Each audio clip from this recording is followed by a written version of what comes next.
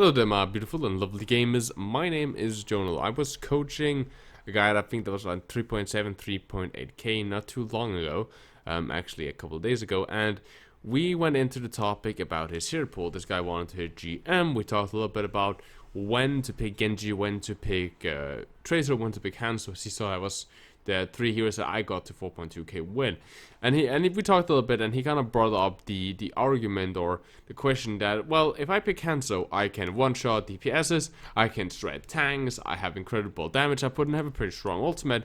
I can still climb to high grounds, I have my leaps, so I can kind of jump around corners and to a certain extent disengage a little bit.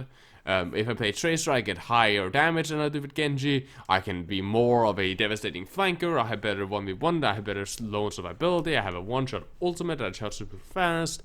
Why would I pick Genji if they are running Sen? Because, well, like, yeah, okay, he understood the fact that, yeah, Dragon Blade is really, really powerful, but Trance would just hard counter him a lot of times, and therefore he had this question. I thought that was a really good question, so let me try to explain that also to the rest of the chat. Why is Genji as strong as he is, and what makes him a super strong hero, especially for solo queue?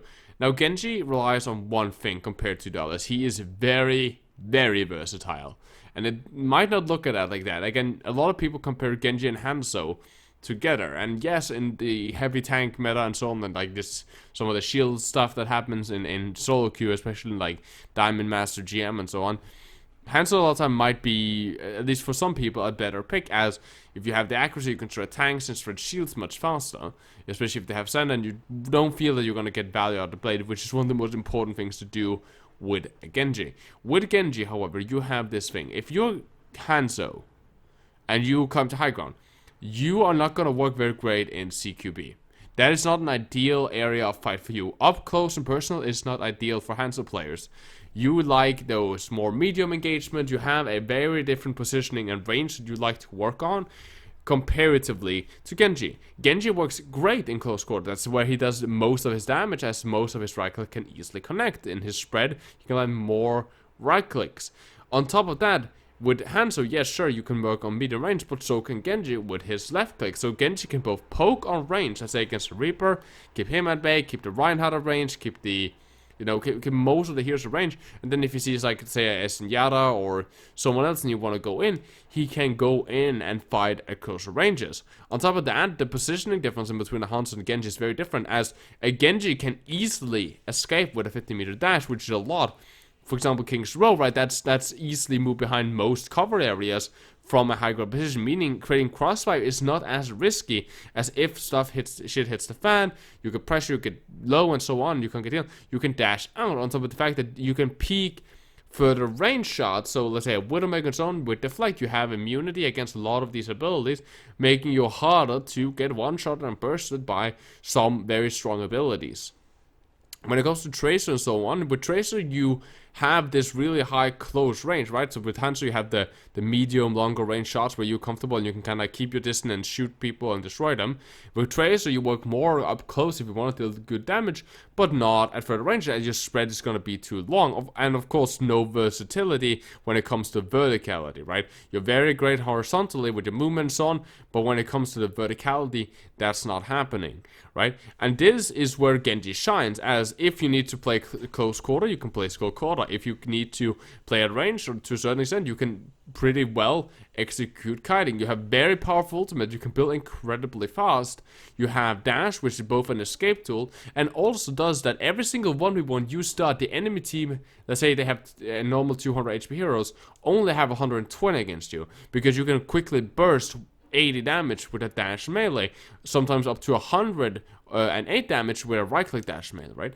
So this is the strength of Genji. You have high ground control, you have low ground control, you have range, you can engage and disengage, you can take risky positioning, you can peek areas, and you have an incredibly powerful ultimate.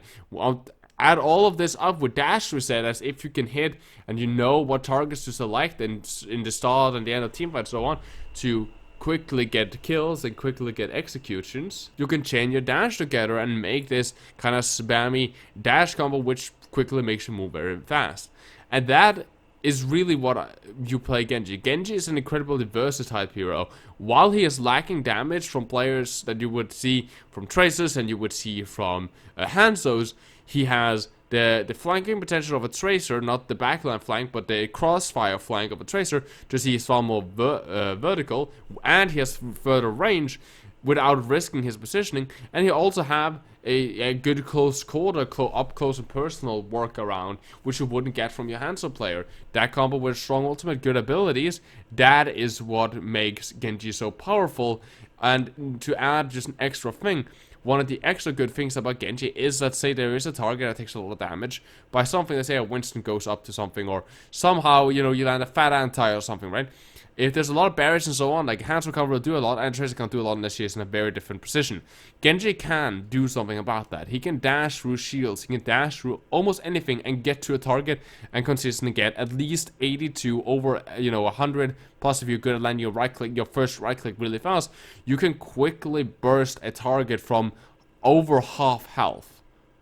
And especially under half health, it's not a problem, as long as you're in the 50-meter range, which is something that a lot of heroes can't do. You might think about Doomfist, right? Yeah, sure, if you can land that charged up punch, but Genji, it happens instantaneously, and there's no need to hit him up against the wall, look for that. As long as you can get into them, you can kill them. So in that 50-meter range, you also have that kills occur ability, which no other heroes really have, as line of sight and walls and so on.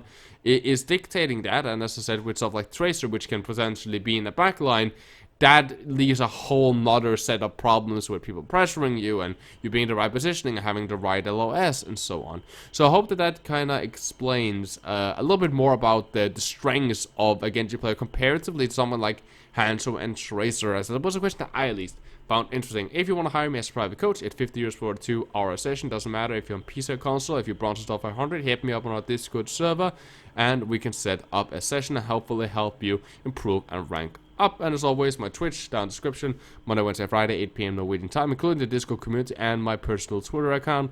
I hope I see you guys there. As always, guys, my name is Jonal. You guys, please take care of yourselves, stay positive. I love you guys very, very much. And as always, keep the enemy in your crosshair.